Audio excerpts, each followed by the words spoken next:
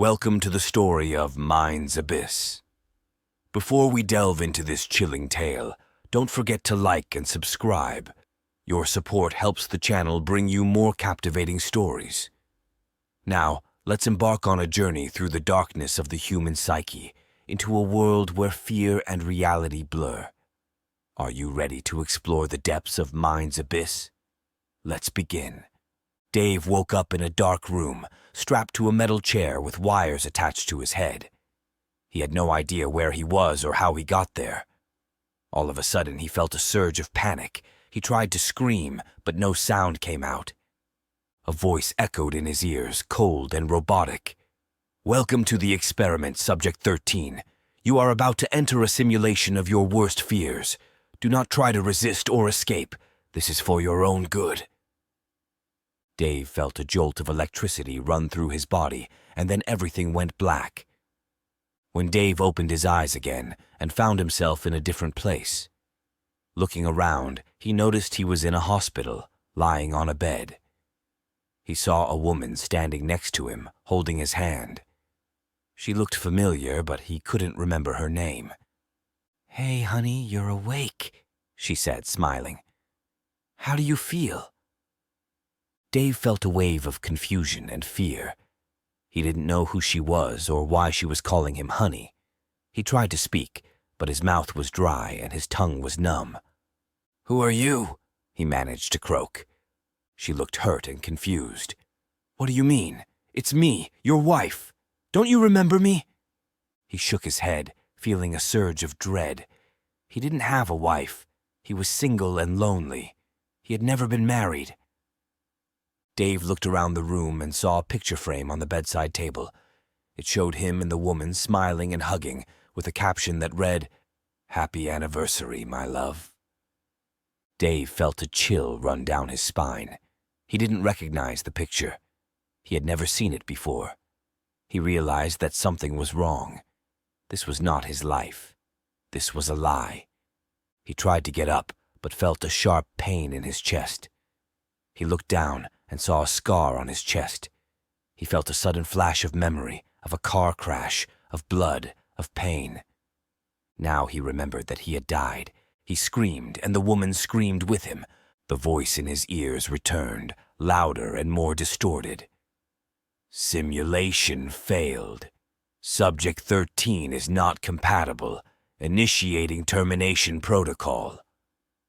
Dave felt another jolt of electricity, and then everything went black again.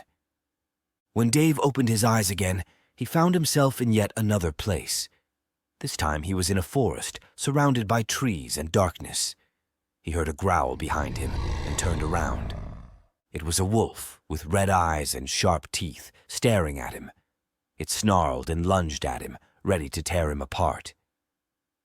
Dave felt a surge of terror and ran. He ran as fast as he could. But the wolf was faster. It caught up with him and bit his leg, making him fall to the ground. He felt the wolf's teeth sink into his flesh, ripping and tearing. He screamed, but the wolf didn't stop. Soon more wolves joined and started biting, ripping and tearing him to pieces. He could hear the wolf howling, and then the voice in his ears returned, even louder and more distorted. "Simulation failed. Subject 13 is not compatible. Initiating termination protocol." Dave felt another jolt of electricity, and then everything went black again. When he opened his eyes again and found himself in another place. Now he was in a cemetery, surrounded by graves and tombstones. He saw a name on one of them and felt a pang of recognition. It was his own name. He felt a surge of shock and disbelief. He was dead. He had been dead all along. He heard a laugh behind him and turned around.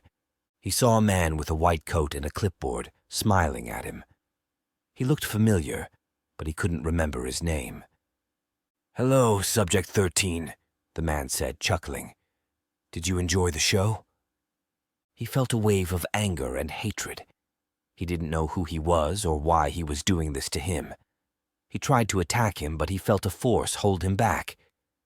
"Who are you?" he shouted. "What do you want from me?" The man grinned and showed him his clipboard.